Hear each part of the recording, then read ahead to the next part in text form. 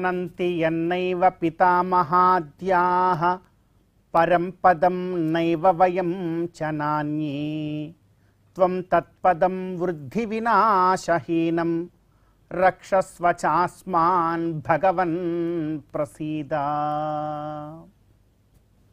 అత్యంత పవిత్రమైనటువంటి ఈ జ్యేష్ఠ మాసంలో శుభోదయ వేళలో దేవదేవుడైనటువంటి శ్రీమన్నారాయణుణ్ణి, కలియుగ ప్రత్యక్ష దైవమైనటువంటి శ్రీ వెంకటేశ్వర స్వామి వారిని పరిపరి విధాలుగా శరణాగతి చేస్తూ ఉత్తమమైన ఈ జ్యేష్ఠమాస శుభోదయ సమయాన్ని మనం చరితార్థం చేసుకుంటూ ఉన్నాం. ఈ జ్యేష్ఠమాసంలో మనందరి యొక్క ప్రధానమైనటువంటి కర్తవ్యం గోవిందుడి యొక్క ఆరాధన. గోవిందుణ్ణి ఎంతగా భక్తి ప్రపత్తులతో మనం ఆరాధన చేస్తామో అంత గొప్పదైనటువంటి భాగ్యాన్ని మరి మనందరం కూడా పొందవచ్చు. గోవిందేతి సదా స్నానం సదా గోవింద కీర్తనం అంటారు పెద్దలు. అసలు గోవిందనామముతో నిత్యము నిరంతరము కూడా ప్రతి క్షణము మనం బ్రతకగలగాలి. ఎందుకంటే గవాం విందతీతి గోవింద అని. అసలు గోవింద గోవింద అంటూ ఉంటాం అంటే ఏమిటి అర్థం? గవాం విందతీతి గోవింద, సకల ప్రాణులను కూడా ఆనందింపచేసేవాడే గోవిందుడు అంటారు. అందుకే సకల మృగ పశు పక్ష్యాదులు, అచేతనములు, వృక్షములు, లతలు, తీగలు, నదులు ప్రతి ఒక్కటి కూడా వాటి వాటి యొక్క ప్రాణ ప్రవాహంలో గోవిందనామాన్నే పలుకుతూ ఉంటాయి. అందుకే మన జన సందోహము కూడా గోవిందనామాన్ని ఎంతో గట్టిగా పలుకుతూ స్వామివారిని మనం దర్శిస్తూ ఉంటాం. అందుకని ఆ గోవిందనామంతో ఉండగలగాలి.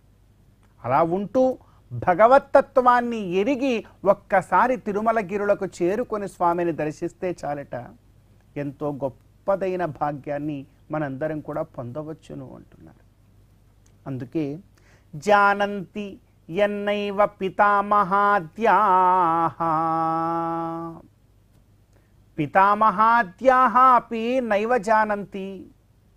పెద్ద పెద్ద వాళ్ళు కూడా తెలుసుకోలేకపోతున్నారు. పరం పదం నైవ వయం చ నాన్యే. నీ యొక్క పరమపదాన్ని ఓ గోవింద, నీ పరమపదాన్ని అత్యంత సులభంగా చేరుకునేటువంటి అత్యంత సులువైనటువంటి మార్గాన్ని పెద్ద పెద్ద వారు కూడా తెలుసుకోలేకపోతున్నారయ్యా. ఏదో రహస్యం దాగి ఉన్నది, ఏదో ఒక సూక్ష్మం దాగి ఉన్నది, అదేదో మాకు తెలియజేయి. జానంతి యన్నైవ పితామహాద్యాః పరం పదం నైవ వయం చ నాన్యే.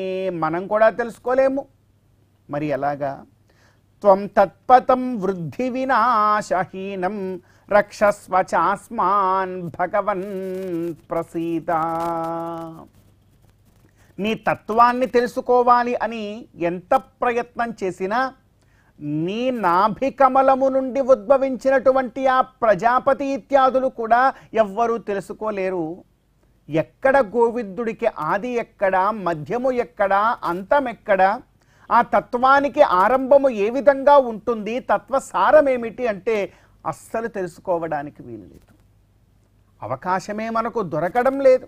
సకల వేద ఇతిహాస పురాణ శాస్త్రములనన్నింటినీ కూడా పరికించి చూసినా కూడా గోవింద తత్వాన్ని అవగతం చేసుకోవడంలో కేవలము మనం ఒక చిన్న స్థానములో మాత్రమే ఉండగలుగుతున్నాం. అందుకే అంటున్నారండి, త్వం తత్పదం వృద్ధి వినాశహీనం.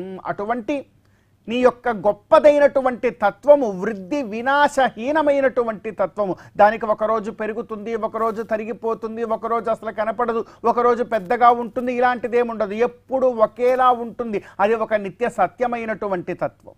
అందుకని త్వం తత్పదం వృద్ధి వినాశహీనం రక్షస్వ చాస్మాన్ భగవన్ ప్రసీద.